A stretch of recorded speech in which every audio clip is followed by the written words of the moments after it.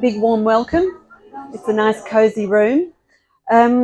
We've got a very special evening here. We haven't got a long evening, but what there is of it is very special. A very special person is here to talk about his very special experience, I think. Welcome, Asad Qureshi. Thank you very much. Yeah. Thank you. You can give him a round of applause if you want to.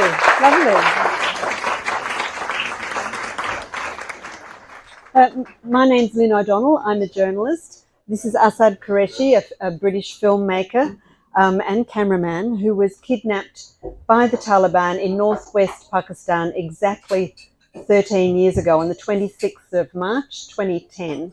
He was held for 165 days and he's written a book about his experience called 165 Days, Prisoner of the Taliban, which is what we're here to discuss this evening. But first, what we want to do is set the scene with a short video that we've got of his appeal, which was released by his captors a month after he was taken. If you just want to have a look at their TV screen there, it'll be turned in your direction in a moment. I, Asad Qureshi, I'm being held by the Asian Tigers. I'm a journalist, filmmaker. They are demanding $10 million for my release. Please help me, as I have no other means of raising such an amount. Hello sir, आपने ये करना है कि आपने British government से राब्ता करना है, उनसे $10 मिलियन का मुतालबा करना है। अगर आप ये नहीं कर सके तो कुछ दिन में आपको दूसरी खबर भी मिल जाएगी। खालिद ख्वाजा की खबर तो आई गई है ना।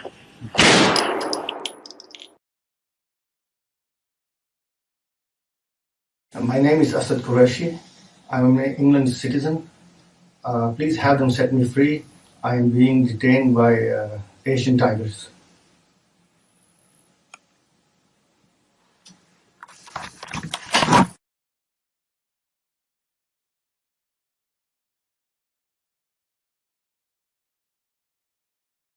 Please accept the demands of Lashkar-e-Jangvi Al-Alami Abidullah Mansoor group. Otherwise, this group is going to kill us one by one.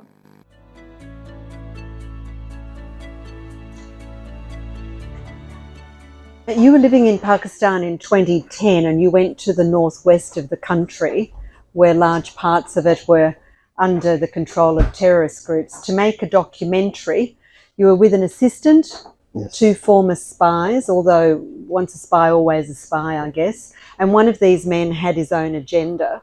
Yes. That he didn't share with you. He thought that he was a peace broker and no one who really held sway in that region, the Haqqani, the Taliban, Al-Qaeda, the ISI, or the Pakistani army was interested in peace. So you were in the mountains, you felt something wasn't quite right, yet you kept telling yourself you were in safe hands. Safe hands, yes. All the time I thought, Have a hold of that. with Khalid Khwaja and Colonel Imam. You're going to have to speak up, I think. Khalid Khwaja and Colonel Imam, if anybody can do anything in that part of the world, they could. They had connections everywhere. And I felt I was in safe hands where we could be, they could negotiate out of anything. And therefore I had premonitions. I mean, the minute I left home, I felt something is wrong, but it wasn't going the way I felt. I wanted to go back home, and Khalid Khwaja wanted to pursue his peace accord, which was the negotiations between the Taliban and the Pakistan government. And I wanted to go and interview the Haqqani network. So we had disagreed, but now I was in the middle of nowhere at his mercy. I could do nothing but go with what he wanted to do. Lynne? Well, I'm going to read a passage from your book that kind of describes what you were feeling. I'm conscious that we're in a very remote area indeed. If something happens to us here, no one will know. What if the car breaks down? We have no food or water. I console myself with the knowledge that I've survived many a tricky situation while filming, and I'm in safe hands. There's a crack of gunfire. Saddam slams on the brakes and the tyres skid to a halt, biting into the gravel. A man in a black hood is suddenly standing at my window, his eyes and mouth covered in black gauze. He points a machine gun at me. I keep my head very still, but from the corner of my eye, I see another gunman a few yards away. He too points his gun at me. I spot the white Toyota hatchback by the road, its bonnet open, the driver feigning a repair. The gunman issues an order in Urdu, Bahaniklo, get out. My world seems to have gone into slow motion and I'm unable to react to the gunman's order at first. I see my mum's anguished face. It's clear she doesn't want me to leave. I replay my farewell to my wife, Sherry, and my last words to her. If I don't come back, please forgive me. That's pretty powerful premonitions going on there, Asad. Yes. So talk about the experience of the kidnap itself. Everything went into slow motion. I couldn't believe that here I was, something that's totally foreign to me. I'm held at gunpoint, and I saw from the corner of my eye Khalid Khwaja's made to kneel on the ground, and they hit him on the head, and his hat had fallen, hair was all disheveled, and that kind of signaled to me that this is no joke, because why would they hurt him? He's such a powerful man. And then Colonel Imam looked at one of the guys and said, look, I'm your friend. And they kicked him in the groin. And I thought, oh no, this is now serious. And then they pushed me to the ground. And the first thought that crossed my mind was that my father's clothes and my, with the same size. So I was wearing his brand new white shirt and shalwar kameez, and that it's got dirty. And that's the first thought that came to me because of my OCD issues. The first thing, oh my God, these clothes are dirty. And then they handcuffed me and by the scruff of my neck, pushed me into the car, head down, sheet over my head, and then drove away. And they had some code. They're on a radio and they're talking to somebody in code. And then things started to sink in that I was warned by a film, the guy who gave me my first job in the movie business, never to go there. And I thought, oh, he'll be really mad at me because I have, and now I've been caught. And the way these guys are behaving towards us, because with the sheet over my head so that I couldn't see anything, it was getting very, very hot and very painful because of the handcuffs, which were, I had my hands behind my back and I'm struggling, and the handcuffs were getting tighter and tighter and tighter. My assistant, Rustam, you can see is on the picture on the front of the cover, much stronger than I am, was in tears. He was crying with the pain. And Saddam, the driver, was on my left.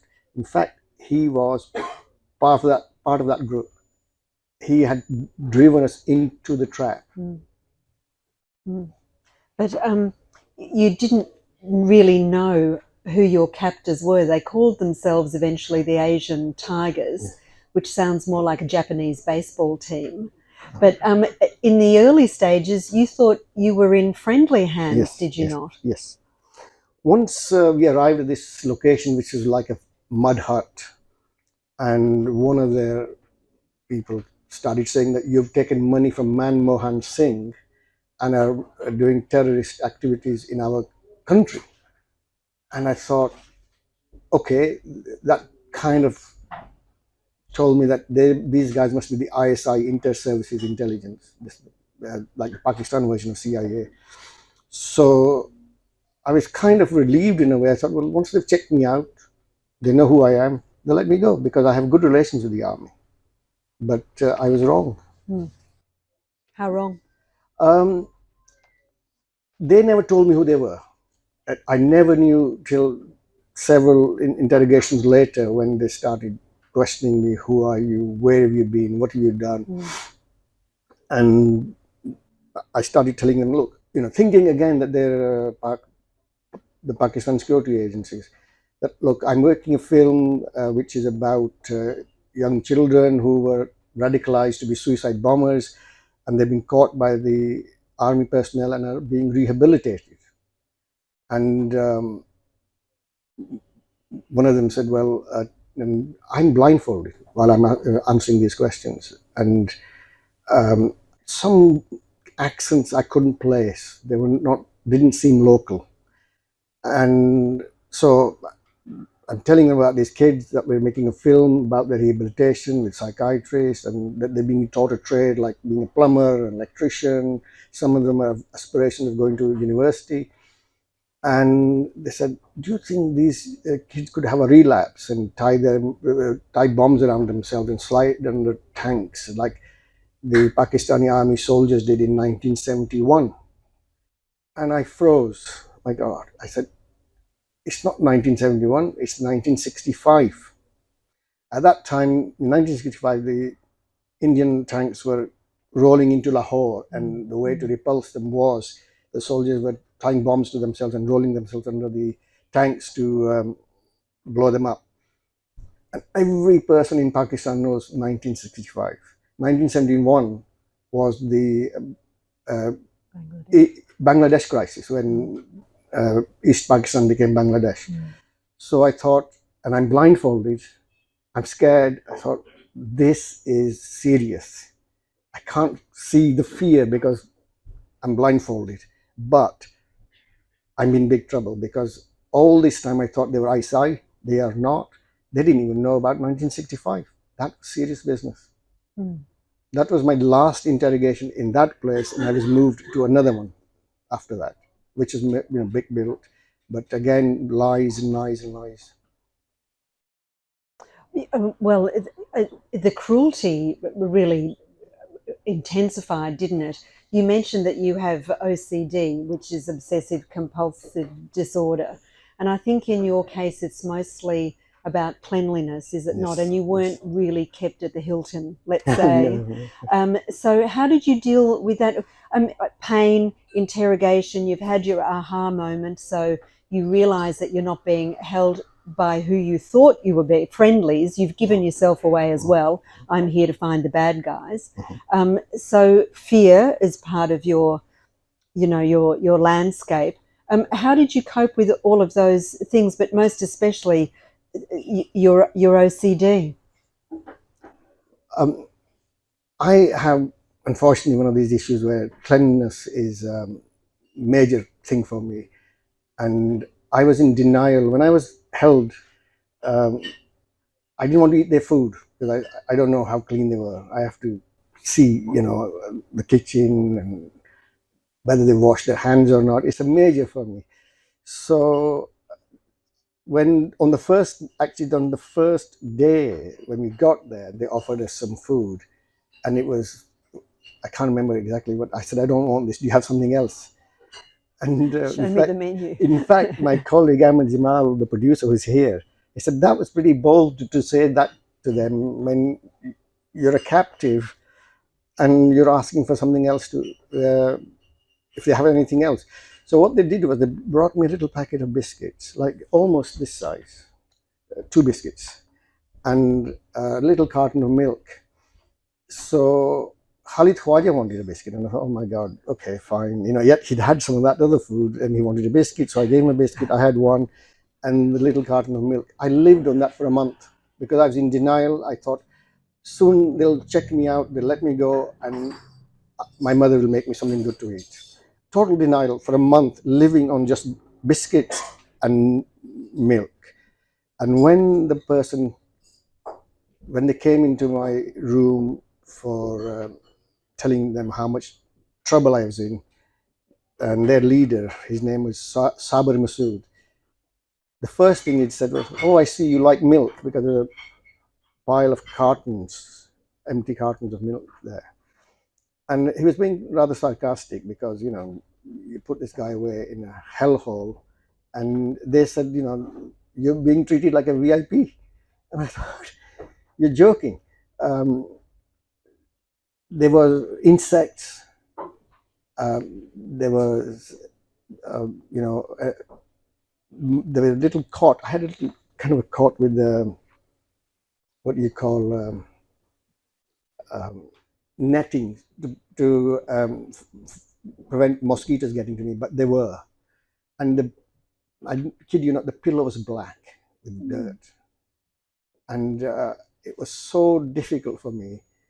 And luckily, I had a notebook and I'm keeping a diary, and I actually wrote, I will have to downgrade my phobias for a while because this is long haul. I actually wrote that, and I think it's in the book. I will never read the book again because it's too painful, and I don't want to go there anymore. But it was long haul. I mean, I wrote this in my first month, because they kept moving, and I don't know why they moved my bed from one place to another. What difference it made to them, I don't know, but they did, and it, it was like the difficulty of you're not allowed. You see, at the door was a wooden door, and there was like I don't know, about an inch and a half, 2 inch gap at the bottom, which was relief for me, fresh air. And one day they decided to put a curtain. So and the curtain was made of hessian, and therefore that blocked air. And as I got a little bit friendly with Krishnal, I asked him, look, can you please pull this up? If I need to have some fresh air. The window was bricked up as well, and there was a curtain outside on that because little cracks so that I didn't see them, because whenever they came into the room, they were hooded, and outside obviously they took the hood off, and the reason the curtain was on the door outside is so I couldn't see them without their hood, because they mix with the public in Islamabad or wherever, and they don't want to be recognized. Should I get out of there alive? Which at that time I had no hope. Well, I think we should talk about KK a little bit more. He was your companion, even though he got you into that mess. I'm just going to read another passage from your book. The unthinkable happened on Friday, April the 30th, 2010. KK was transported to the town of Mir Ali. The Asian Tigers celebrated Friday prayers. After prayers, they led KK to an area by a stream. One man stepped forward and at point-blank range shot KK once in the forehead. As his body fell, the man shot him again in the chest. Death was instant. As KK's blood seeped out of his body, the dry ground started to absorb it. The monsters pinned a note to his chest accusing him of being a spy in the pay of the Pakistani government and the CIA. Young children looked on unmoved. Just another day in this lawless hell. Nothing new. To some it was entertainment, a spectacle. KK had left home with just the clothes on his back. He'd told his wife that was all he'd need. You didn't find out for quite some time, did you, that KK had been killed? And I think your companions were also told. They knew, but they were told not to tell you about it.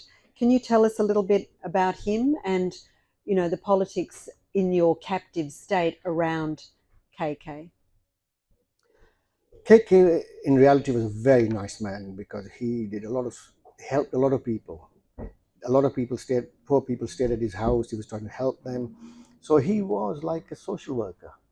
But a lot of people said, we wouldn't trust him in politics.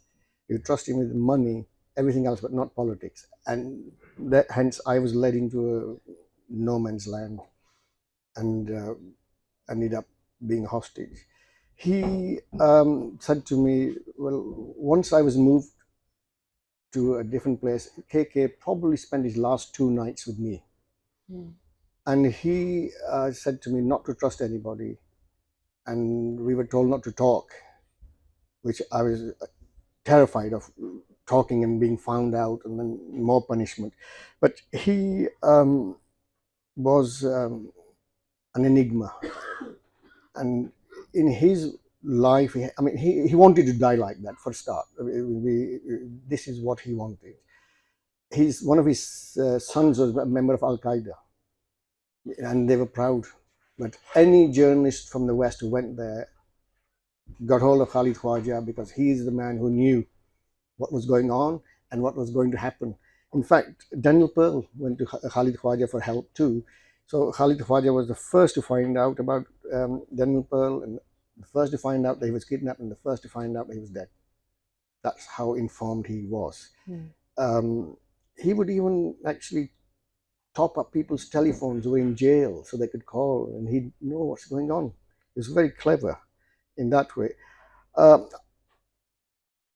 when they killed him, I had no idea, and my other two colleagues were told not to tell me. And when I asked about him, they said, "Oh, he's gone to negotiate your release."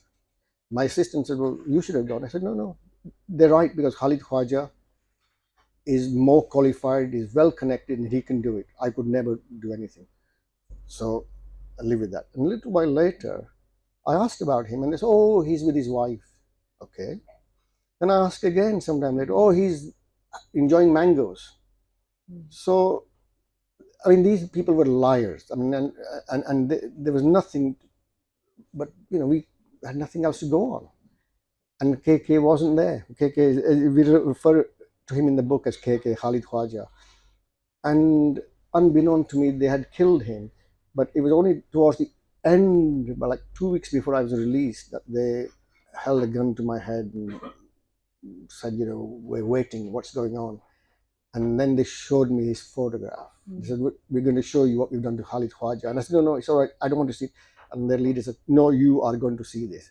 And I just took a flash where he's dead, his photograph in the newspaper, which was very painful for me, because that was confirmation that he has gone, and I didn't even know all this time.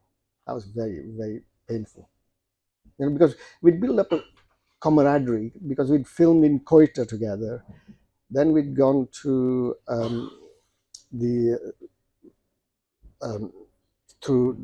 driven through south into the tribal areas, and start spending time, and you get to know a person, and then suddenly they're no longer there. It was horrendous. At first, I blamed myself, but he actually was a driving force in us going and not allowing me to abort the mission. But then I said that, death was beckoning, death was calling him, but he had to die there. What did your captors want besides $10 million? Why did they kidnap you and kill KK and then later Colonel Imam? They wanted me to go to a religious school in Lahore and study Islam more deeply. And of course, I wasn't going to do that, listening to them, because if they've gone there and become terrorists, I certainly didn't want to do that. But that's one thing they said: "We're going to be watching you. You better, obviously, I have a long beard, and we're going to be watching you. You better not shave off your beard. You better not do this. You better not do that," as if they were going to keep an eye on me. And I think this was another ploy to frighten me. They even said, "Oh, we'd put some kind of a mechanism to follow you in your car. We know exactly where you are at any given time." So I'm thinking maybe they'd already found out about me while I was in Islamabad. There's nothing truthful coming out of them at all. Nothing. So it's quite hard to kind of figure out where you are, what these people are saying to you, because they said, "Oh, you've kept us from our holidays. It's because of you that we're staying here longer. Otherwise, we'd have gone home. But now we'll go home together." So I thought I was in Afghanistan until, and because I could hear all these helicopters, so I thought we must be near some Afghan air base. But in fact, we were near the Miran Shah air base, and I only found out once I was out, or close to the point when I was out, because I had to make a phone call home, and I said, "You'll have to dial, I think Pakistan code is 92. They said, "No code needed," and they dialed directly, and that's towards almost like a week before release that I realized all this time I've been in Pakistan and not in Afghanistan, because I thought I was in Afghanistan.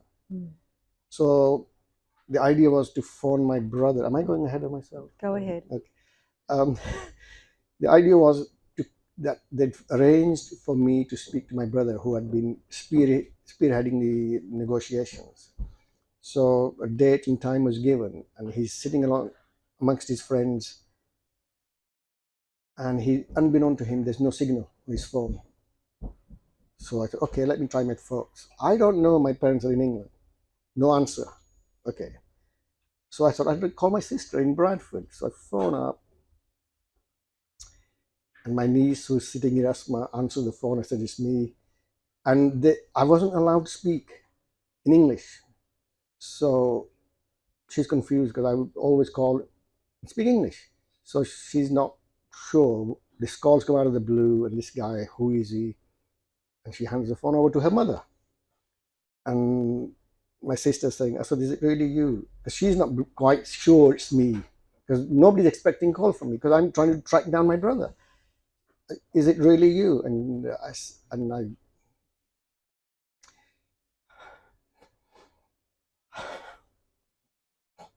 And you said, you said, I've got a white cat. And that's how she knew it was you. yes, but they turned the phone off. You're right. Then they took the phone off him and gave him a bit of a beating and said, we told you not to speak in English, but at least then your sister knew that you were alive. Yes. Can you talk about how your family was affected? Because Farouk, your brother, did all the negotiations. Oh, big time, yes. Yeah. Well, he was really the hero of the story, not me, because I will say it's like he read the book and I saw the film. So when and the book is never, the film is never as good as a book. So I hope when we make this, it is. So the things he did to, like, for example, every day without fail, he would call my mother at 9 o'clock his time, when it's, no, sorry, 2 o'clock his time in Pakistan, which would be 9 o'clock English time, to reassure my mum that things are okay, giving her morsels of information just to keep it going to the next day. Mm. So it was just bits and bits and bits, so that there was, given just some hope. In reality, at that time, there was no hope. But, he was spinning these plates like they do in circus to make it so that, like, they don't give up. Mm. And I mean, my sister's here in the audience. If you'd like to ask her a question, and how they really felt at the time, because I've tried to interview them for the book. It's been very difficult. It's like pulling teeth because they don't want to go there. It's very difficult. So, and I'm sure it was. I mean, it's difficult for me to mention some things. Mm. And like there was a time when my brother's in England, and suddenly there's a news report: 3 headless corpses have been found. Mm. And now, how do you break that to your parents? Mm. And we think it was a false news, but at the time you don't know that, because then they never afterwards came up with who, where are these bodies or whatever. But when he found out, it was difficult. Just like Khalid Khwaja's wife gave a press conference in which she said, I have an American wife, and that's signing my death warrant. And thankfully, and also like the other people that were helping negotiate, they were kept in the dark about a lot of things. So making all these things come out meant we were telling lies to get me out of there. Mm. And thankfully, it kind of worked out okay. Mm. Mm. Well, you're scathing in the book about your employer as well. Yes. You Yeah. don't name your employer. If I look online and I read the Daily Mail and the Guardian and the stories that were read about you, they name Channel 4. You've told me it's ITV. But they sent a team of negotiators, and you go into great detail about this. And Farouk, your brother, was dealing with the negotiators, whose purpose seemed to be not to spend any money. Yes. Well, you see that from off beginning, they said to him, "Can you liquidate all your property, gold, take a loan, whatever there is, raise the money for the ransom. And he, kind of listened to all this and said, why would I, do this? Because he's your employee. It's your job to negotiate, to get the money. I'll get him out. And which they didn't play fair. Also, they felt that a Pakistani life was worth less than an English life. To which my brother said to this guy, you need to leave the country right now or you won't be here tomorrow. You will never leave. You see. So there was that, white person's worth more, brown person's worth less. So I think there were certain things they were trying to, the delaying tactics was to pay as less as possible. But I think if things were to work right away, maybe Khalid Khwaja may not have died. I don't know. I don't know that. See, because they wanted political prisoners released, which the government wouldn't have. So we don't know where we would have gone with that. But in the story, my brother is the main protagonist. He's got even in the screenplay, he's got the best lines. He did a great job. I don't think, and of course, the prayers of my parents. Nothing could have happened without prayers. And their sort of, my parents and my brother were the main protagonists in the story, I believe. Well, finally, the end did come. The end of your ordeal, I mean. I'm just going to read another passage.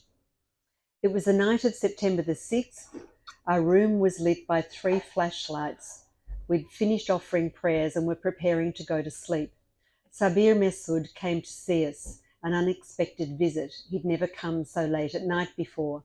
I never liked visits from Sabir Messoud. I hated him. He was arrogant and ruthless. I wondered what cruel threats he had for us this time. He stood in the doorway. We all looked up at him.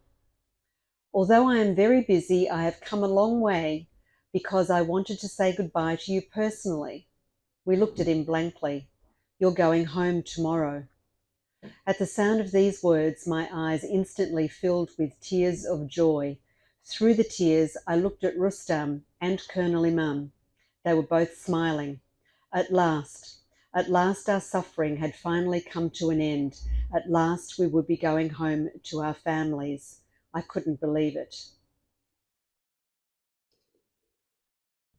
Then what happened? Colonel Imam said to us to offer a prayer of thanks, which we did.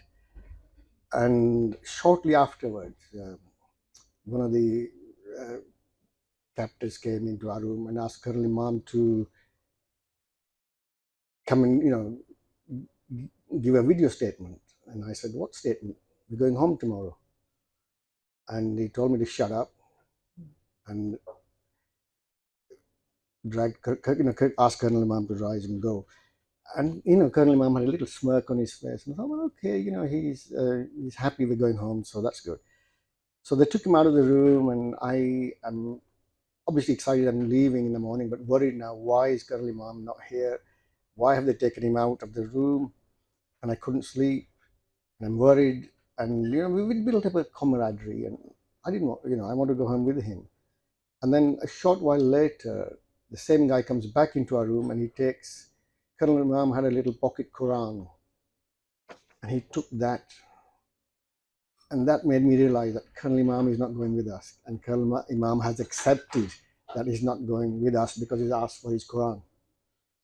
And I said to the guy, Colonel Imam's not going with us, is he? He said, if you ask any more questions, you're not going. So I decided to not ask any more questions. And didn't sleep a wink because I'm worried. Why? Because we were a team. And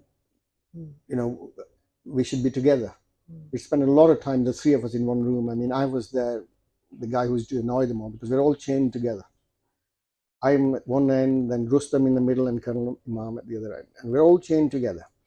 And at any point, there'd be mosquito, I'd get up and shake around, and then that chain would wake Rustam, and then Rustam would wake up Colonel Imam, so they'd all go sigh and say, he's nuts. For example, one night a cockroach crawled over my face, and I could feel the hairy legs on it and all that. So it was difficult for me. And all that they'd put up with me, and now he wasn't there, and that kind of was hurting me. And in the morning, they said, right, you got to get ready. And I just found it very hard. It was like bittersweet because I was going home, but without Colonel Imam, who was part of my team. That was hard.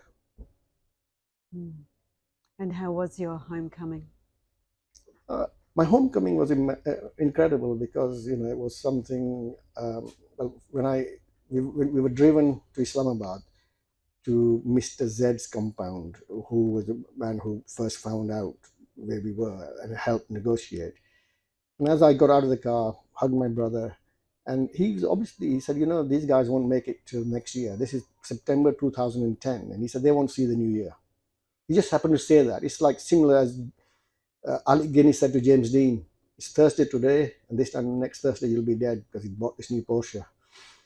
And within 2 weeks, these people were killed. And that's a typical sign of a security agency operation where they kill everybody who's involved, so nobody's there to tell the story. And I think about 2 days later, I flew into England, met my parents, my sister, and everybody. And my dad said, I've done all my crying. He was silent. And Mum hugged me and cried. And I was very sort of slim, gaunt. It's I'd lost a lot of weight. And on that day, my mum said, you have to eat some meat for me. And I don't eat meat. I hate it. And I thought, okay, today I'll make an exception. And I had some chicken, but not again, Yes, for my mum, because she suffered a lot. And I just turned my taste buds off and swallowed, and that was the end of that. So it was good. I'm so grateful that they persevered. I mean, my adventures have cost them a lot of grief, which is not fair. But I was saying to Lynne, fancy going to Afghanistan? I can, always up for an adventure. He did say that.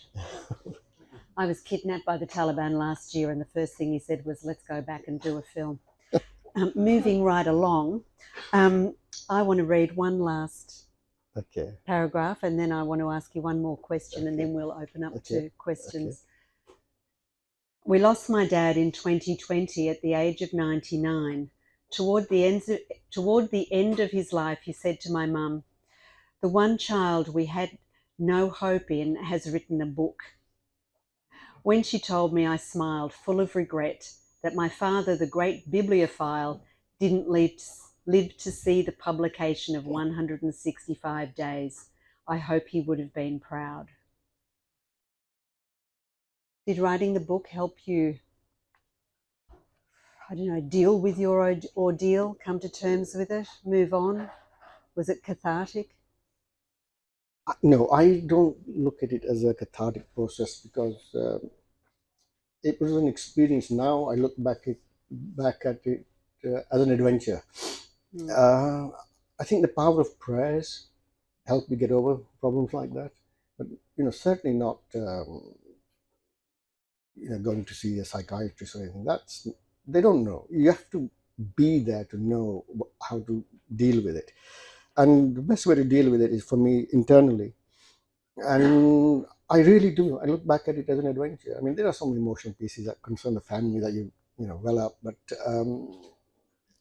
I can deal with Khalid Khwaja's passing because it was fate. He had to go there to die. And I can, accept that. Colonel Imam, similar. It wasn't my time. My time might be as soon as I get out of this door. We don't know. So I can deal with those things. And I wrote the book because I felt the story has to be told. And,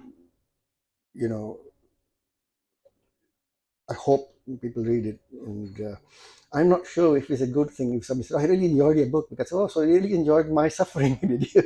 You know, I don't know how to face that, but there it is. It's an achievement for me to write a book, because I'm so bad at concentrating. And my dear friend Howard here, who was the editor, uh, obviously I was difficult to write stuff, and he's saying he's waiting for on me, and it'd been months before I sent him a chapter. It was difficult, but I'm very grateful to Howard for putting up with me, and my family and all the other people. They were very, very good to me, and I'm very, very lucky, very lucky, very lucky to have come out of there and been surrounded by the best, most loving family ever. Well, it's a great achievement, and you've got a great story to tell, and congratulations. Thank you. We don't have any other microphone, so if you want to ask Asad a question, can you put up your hand and shout it out? Well, when I pick you. Don't all shout at once. Has anybody got a question? Please. Thank you for sharing that extraordinary. Thank you. Why did they let you go? Well, they wanted $10 million. But as you saw in the video where they're phoning my brother, they would used to phone him all the time and threaten, we're going to kill him. We're going to kill him tomorrow. And they kept threatening him. And my brother's a lawyer, and lawyers bluff often. So he got fed up one day and said, okay, kill him and then phone me. And hung up. And then he realized, oh my God, what have I done? And so that is the day they called me and surrounded me, all these guys. And in the room where they'd hung somebody upside down and flogged him, I'm in that room. And they're all got hoods on, and they're all slowly walking towards me. And I'm scared. Nobody wants to be beaten up. And I said, what is it? What do you want? And the guy signals like this, and for me to kneel on the ground. Then he pulls out his gun, pulls back the hammer, and I can hear the metal against metal, and presses it really hard, and I'm trembling. And he said, don't do drama. I said, no, this is not drama, this is real. And because they had kind of capitulated, because my brother said, kill him, and they thought, oh, well, we'll just take what's on offer. And it was like 3 or 4 days it was during the month of Ramadan, which is coming to an end, and then the feast at the end, what we call Eid. And they like to get everything done, completed, all their tasks by then, so that they can have a holiday, as it were. So that meant that whatever they could get, they will take. And obviously I wasn't worth $10 million. So they did. But let me give you a little bit of information. There was whatever money there was, and I still to this day don't know how much there was. My brother divided it into 4 pieces and gave it to 4 parties to count. And then they gave him the total sum, each of them. So nobody knew what the total sum was except for him. And that was made into a big package and taken there. And they said to me, when they were driving me to the handover point, that the people we are handing you over to are boys in a man's game. And I later found out they handed me over to Al-Qaeda. They didn't sell you to Al-Qaeda, No. which is usually what happens, right? No, Yeah. actually, in my story, Al-Qaeda were the good guys, because they delivered me home safely. That was the deal. Question? And this is in my story. No, Yeah. you know. Yeah, you're the lucky one. Anybody else got a question? Go ahead. Sorry, you mentioned that KK's son was an Al-Qaeda. Do they just, in that section of protest, do they just not hold any sway? Do they not have any leverage on KK's part? Well, see, the bigger forces were after KK, like the CIA, and hence the Asian Tigers. We've never heard of them before or since. They were created for this purpose Mm. and then killed off. Honestly, the Sabir Masood and his assistant, who was also his brother-in-law, 2 weeks after my release, they were caught by Hakimullah Masood, who was the chief of the Taliban. They broke their legs with their rifle butts. And then they shot them in the face so many times that they were beyond recognition. So KK's power had gone. Hence, just like Colonel Imam said, we're friends because he was the father of the Mujahideen. They kicked him. And they hated him. They gave him the toughest of times. More questions? Please. What did the British government do for you and Channel 4? What did the British government do for you and to help you? And Channel 4? And Channel 4. The British government did nothing except they called my sisters home and said, oh, he's busy, he'll be home in a few days. They had no idea. And when I was released, the consulate or the embassy in Islamabad, they wanted to drive me to the airport. They wanted some share of this, which my brother allowed them to do. But we were going through the VIP section of the airport, and my ticket, boarding pass had already been collected, and I'm not even at the airport at this time. So they couldn't get in. They couldn't get into the departure lounge, and my brother had to arrange that for them. So in a nutshell, nothing. They didn't do anything.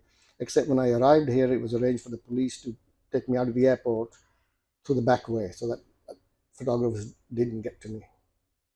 And Channel 4, well, they didn't do anything really, no. Because, as Lynne said, I'm scathing about them is because they dragged their feet and they told a few lies. I mean, how can my brother raise the money when they employed me? In the end, they go. Yes. So people who misbehave, or the security guys, Yes. not the channel, the editor of the channel, when it happened, said, I've never lost a clue and I wonder what happened. These fuckers do all the But you see, the channel people were listening to the security guys, which created a lot of panic for my brother, because the guys saying, well, how am I going to, they're saying, sell your property, sell your gold, get a loan. I mean, that's the security people, they call control risk. They're trying to save money because I'm cheap. So is control risk. Yes. Yes.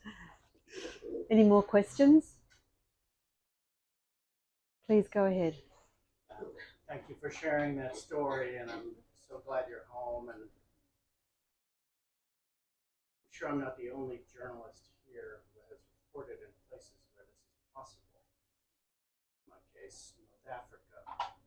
I wanted to ask you about the ethics of ransom payments for journalists. France has spent over 200 million euros on hostage payments in North Africa, which created an incredible incentive for more and more kidnappings, not necessarily journalists. I'm more familiar with that case.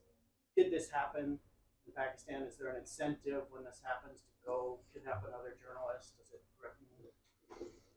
I think it is happening of late because I read in the newspaper that some government minister was called up and told they need 3 million rupees in 2 days or something, otherwise he's a dead man.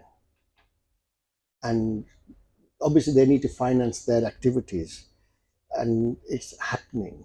But they say if the families, let's say I'm just walking down the road, not in the employ of anybody, and I'm picked up. If the families negotiate privately for the release, then it's okay. But the families, it's like a very famous case. There was a governor of the Punjab, Salman Taseer. His son was kidnapped and he escaped after 5 years and is in hiding. The reason why he's in hiding, one reason is, of course, because he escaped and they spent all that money on him. In fact, they said to me they spent 800,000 rupees on me, feeding me. I said, well, I didn't ask to be here. I mean, I was very confrontational with that. So I didn't ask you to bring me here. Why? If you spend money, you spend money. But I said, on this food you're talking about, you spent so much money. But obviously they spent money on security and all that kind of stuff, electric bill, whatever. Well, no, they don't pay there. They don't pay actually for the electric. So this guy who was kept hostage for 5 years and escaped, they spent money on him, and they'll want that. That's why he's in hiding. So every case can be treated as an individual thing rather than, if the British government would never have put up any money for me. They wouldn't have. So maybe it's because I'm a dual national. They say, well, look at your own in Pakistan, the government. But or if they do, they would do it behind the scenes so nobody knows. I will chip in there too. British government's policy is not to pay ransoms. The Taliban's kidnapping is usually for political ends. They keep people for years and years and swap them for their own operatives. Earlier, was it last year or earlier this year? Not so long ago, an American man who'd been held for 2.5 years was swapped for a drug dealer who had been a major financier of the Taliban during their war. They made their money from drugs and smuggling of other products. They didn't need, this was to kill 2 people they thought were spies. So differently to North Africa and Al-Shabaab, it's usually political expediency. Has somebody else had their hand up over here? Hi, please go ahead. Thank you so much for sharing your experience. I was just wondering how long it took for you to put everything in writing. How long was that process? How easy was it? I would really like to defer to my editor, Howard, here. It was a long and winding road. I think we met in 2016. No, it was earlier than that, I'm sure. Feels Yes. longer. I'd say about between 5 to 7 years, because it was such a difficult thing. I used to just sit in front of the computer and play solitaire. It's true. I found it hard to focus, but I knew I had to do something. So I thought, well, if I put the time in and I'm in character, I'll get something done. Sometimes it'd be just a paragraph, and sometimes a lot more. So I ended up with 30 chapters in the end. Thank you. Well done. Any more questions? If not, we'll... Oh, over there. Shout. So my question is, how would you describe your day in, day out, your interaction and relationship with the captors?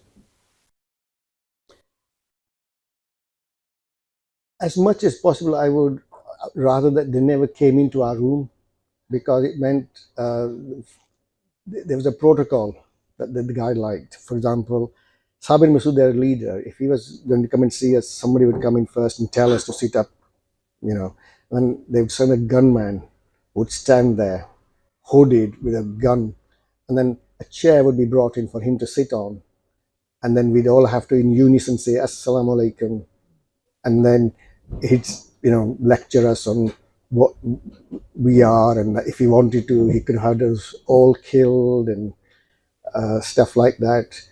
And threats would be, and there was one guy who would come and beat us up a lot more than others. So I kind of didn't want them to come and see us, and when they brought food in, it was horrible.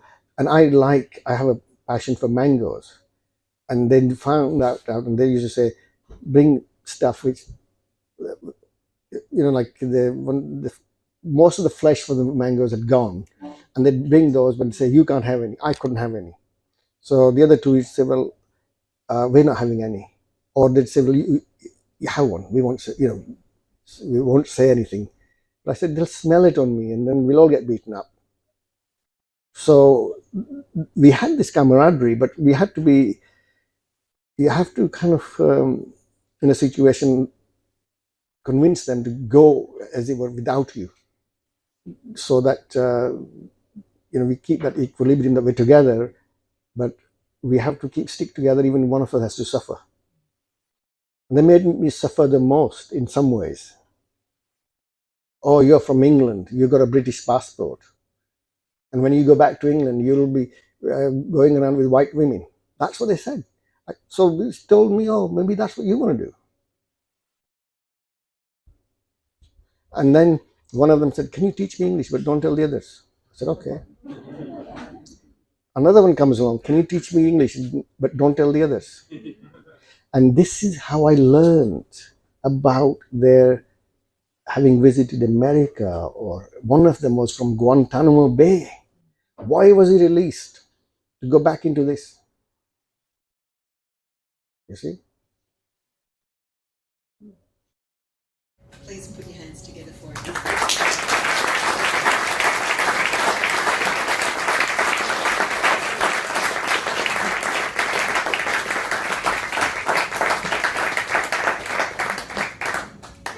it.